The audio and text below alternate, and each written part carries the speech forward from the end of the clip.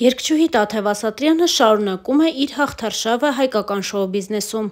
Նոր հիթային կատարումներ, մենահամերգներ ու այդ ամենը շատ կարճ ժամանակահատվածում։ Տարիներ առաջ երգչուհին սկսեց իր գործունեությունն ու իր ակտիվությամբ, իր մաքուր սրտով ու հզոր ձայնով գրավեց շատերի սրտերը։ Հանրությունը ուրախ է տեսնել նրա հաջողությունները ու տեսնել նրան մեծ բեմերում։ Երգչուհու անունը առավել հաճախ լրատվամիջոցներում հայտնվեց նաև «Ես կամ» հեռուստանախագծին մասնակցություն ունենալուց հետո, երբ Տաթևը Նժդեհին հանդիպելուց հետո ընկերացավ նրա հետ ու սկսեց առավել հաճախ հանդիպել նրան, ընկերություն անել նրա հետ տարբեր տեսարժան վայրեր գնալ ու նրան տալ մոտիվացիա կրթություն ստանալու։ Փոքրիկ Նժդեհը ևս հանրության կողմից շատ սիրվեց, հատկապես տատիկի մահից հետո։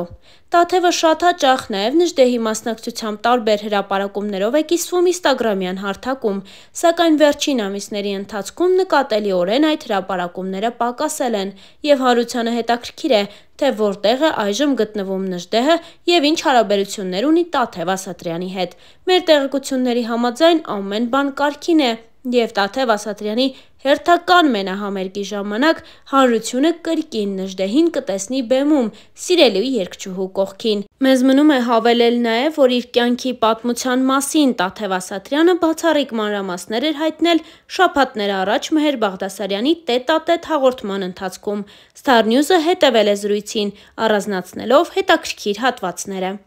Խոսելով մանկության և պատանեկության բարդ տարիների, մայրիկի հիվանդության մասին, երգչուհին նշել է հետևյալը. «Ես դարձա մեր տան փոքրիկ տղամարդը, ամբողջ հոգսը իմ ուսերին էր։ Ես էի մտածում ամեն բանի մասին։ Պատահական ավտովթարից տատիկս մահացավ։ Ես ու մայրս մնացինք մենակ։ Մեզ տնից դուրս հանեցին։ Մայրս իրեն կորցրեց, հիվանդացավ, այնպես էր փոխվել, որ իրեն ոչինչ չէր հետաքրքրում։ Ես 12 տարի դպրոց եմ գնացել, բայց ոչ մի անգամ մամաս չեկավ ծնողական ժողով։ Ինքը փակվեց իր մեջ ու ինքն իրեն սպանեց իր ցավով։ Այդ տարիներին իմ բոլոր հարազատների դռները փակ էին իմ առաջ, և երբ մորս աչքերը փակեցի, իմ դուռը ես փակեցի իրենց առաջ, որովհետև էլ մարդ չունեի կորցնելու, ավելի թանկ, քան մամաս էր։ Մայրս պետպատվերով էր բուժում ստանում, և այն ժամանակ այդքան էլ լավ չէին վերաբերվում պետպատվերով հիվանդներին։ Վերջին օրերը անցկացնում էինք հանրապետական հիվանդանոցում։ Մամաս ասաց, ես էլ չեմ ուզում այս հիվանդանոցում մնալ, ինձ տար տուն։ Գնացինք տուն ընդամենը 2 օր։ Վերջում ինձ ասաց, ես հանգիստ եմ, դու արդեն քո լավն ու վատը գիտես։ Հարցազրույցի ընթացքում անկեղծացել էր Տաթև Ասատրյանը։ Երգչուհին զրույցի ընթացքում խոսելով «Ես կամ» հաղորդումից հայտնի դարձած Նժդեհի հետ հանդիպման ու իրենց մտերմության մասին, նշել էր հետևյալը. «Մինչև հաղորդմանը մասնակցելը 3 օր հոնգուր լացել եմ այդ երեխայի պատմության վրա։ Ինքը եղել է այն նույն Տաթևիկը, որը ես եմ եղել։ Շատ լավ երեխա է, շնորհակալ, ու տա Աստված այդպես էլ մեծանա։ Փառք Աստծո, որ ուզում է սովորել, երաժիշտ է ուզում դառնալ։ Շատ լավ մարդիկ ունի իր կողքին։ Երբ տեսնում ես, որ մի երեխայի մեջ կա ապրելու ցանկություն ու այդ ապրելը կախված է ինչ-որ կոպեկներից, հարամ պիտի լինի աշխատածդ, որ չօգնես»,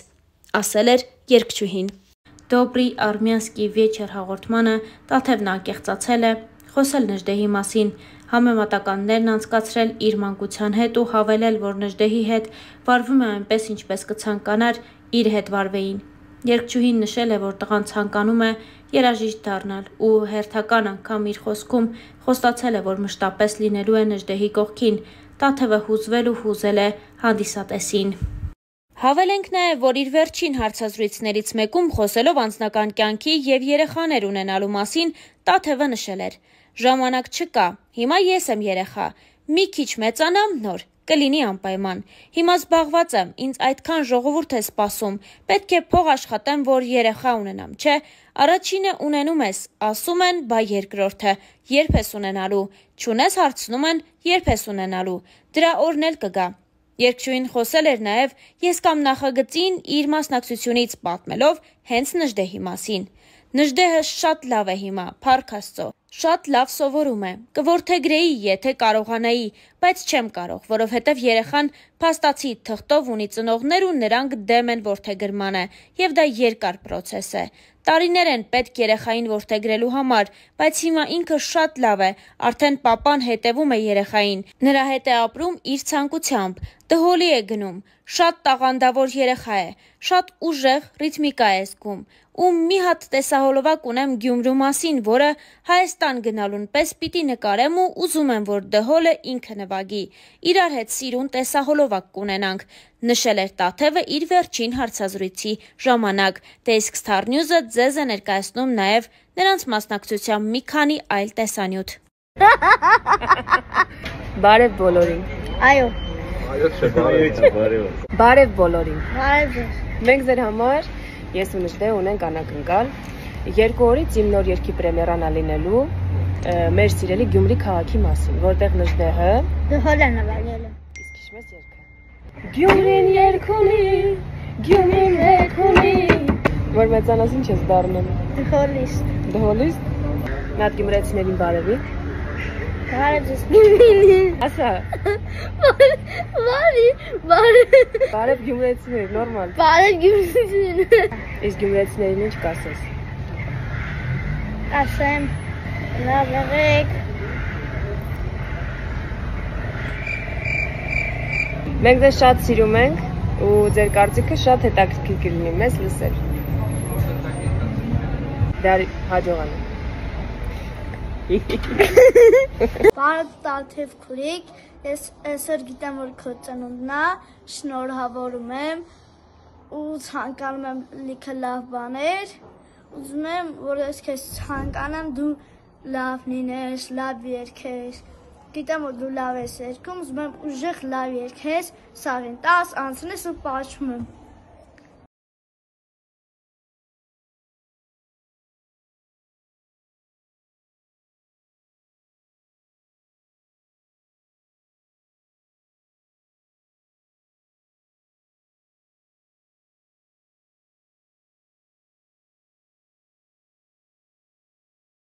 Կընկնես, արի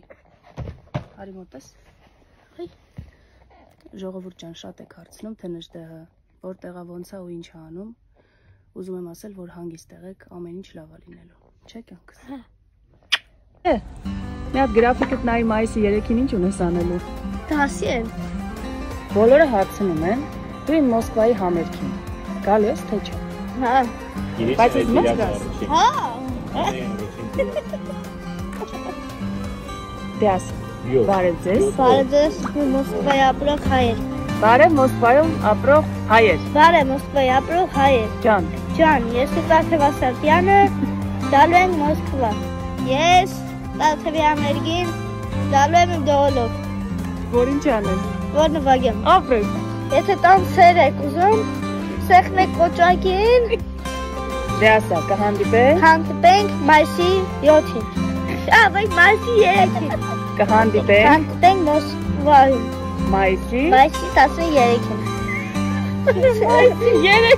Մայիսի 3-ին։ Կան կապտյոն գնանք։ Խի։ Բախնում եմ։ Սամալոտ։